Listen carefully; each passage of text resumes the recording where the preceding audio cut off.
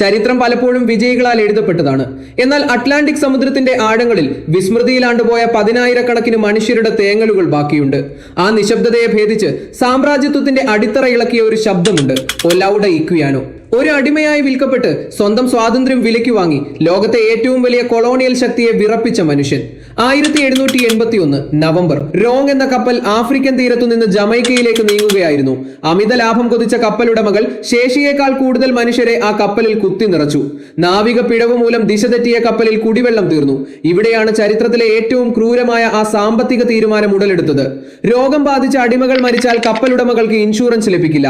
എന്നാൽ കപ്പലിന്റെ ഭാരം കുറയ്ക്കാൻ ചരക്കുകൾ കടലിലെറിഞ്ഞാൽ ഇൻഷുറൻസ് തുക ക്ലെയിം ചെയ്യാം. നവംബർ 29 മുതൽ 3 ദിവസങ്ങളിലായി 142 മനുഷ്യരെ, സ്ത്രീകളെയും കുട്ടികളെയും ഉൾപ്പെടെ ജീവനോടെ ആഴക്കടലിലെ ചുഴികളിലേക്ക് അവർ എറിഞ്ഞുകൊടുത്തു.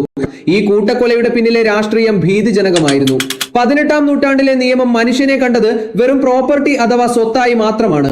ലണ്ടനിലെ കോടതിയിൽ ഈ കേസ് എത്തിയപ്പോൾ ജഡ്ജി ചോദിച്ചത് കൊലപാതകത്തെക്കുറിച്ചായിരുന്നില്ല, മറിച്ച് ഇൻഷുറൻസ് തുകയെക്കുറിച്ചായിരുന്നു. മനുഷ്യജീവനേക്കാൾ മൂല്യം ചരക്കിന്റെ ഇൻഷുറൻസിന് നൽകുന്ന ഈ മർച്ചന്റൈൽ രാഷ്ട്രീയം ബ്രിട്ടീഷ് സമ്പദ് വ്യവസ്ഥയുടെ ജീർണത പുറത്തു കൊണ്ടുവന്നു. ആഫ്രിക്കൻ വംശജരുടെ ജീവന് ഒരു കുതിരയുടെയോ പശുവിന്റെയോ വില പോലും കൽപ്പിക്കാത്ത നിയമസംഹിതയാണ് അവിടെ നിലനിന്നിരുന്നത്. ഈ ഘട്ടത്തിലാണ് ഇക്വിയാനോ ഒരു രാഷ്ട്രീയ തന്ത്രജ്ഞനായി മാറുന്നത്. ലണ്ടനിലെ സ്വതന്ത്രരായ കറുത്തവർഗക്കാരുടെ കൂട്ടായ്മയായ സൺസ് ഓഫ് ആഫ്രിക്ക എന്ന സംഘടനയിലൂടെ അദ്ദേഹം ഈ വാർത്ത ലോകമെങ്ങും പ്രചരിപ്പിച്ചു.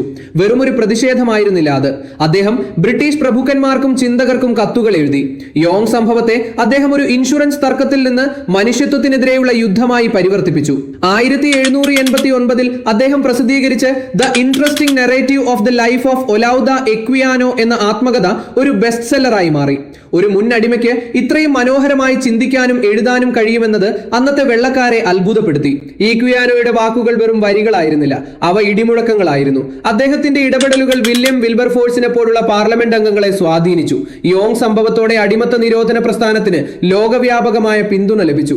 ഒരു മനുഷ്യനെ ചരക്കായി കാണുന്ന സാമ്പത്തിക നയം തെറ്റാണെന്നും അത് ക്രിസ്തീയ മൂല്യങ്ങൾക്ക് വിരുദ്ധമാണെന്നും അദ്ദേഹം സമർത്ഥിച്ചു. ഇത് കേവലം വികാരപരമായ പോരാട്ടമായിരുന്നില്ല, മറിച്ച് നിയമവ്യവസ്ഥയെ തന്നെ മാറ്റി എഴുതാൻ പ്രേരിപ്പിച്ച കൃത്യമായ രാഷ്ട്രീയ നീക്കമായിരുന്നു. ഒലൗഡ ഇക്വിയാനോ 1797 വിടവാങ്ങി. എന്നാൽ അദ്ദേഹം കൊളുത്തിയ തീ 1807 അടിമക്കച്ചവട നിരോധനത്തിന് വഴിയൊരുക്കി. ആഫ്രിക്കയുടെ മണ്ണിൽ നിന്ന് തട്ടിക്കൊണ്ടുപോകപ്പെട്ട ആ ബാലൻ ലോകത്തിന്റെ മനസാക്ഷിയെ ഉണർത്തിയ വിപ്ലവകാരിയായി ചരിത്രത്തിൽ അമരനായി. യോങ് കപ്പലിലെ ആ 142 മനുഷ്യർ ഒടുവിൽ നീതി നേടി ഇക്വിയാനോയുടെ ശബ്ദത്തിലൂടെ.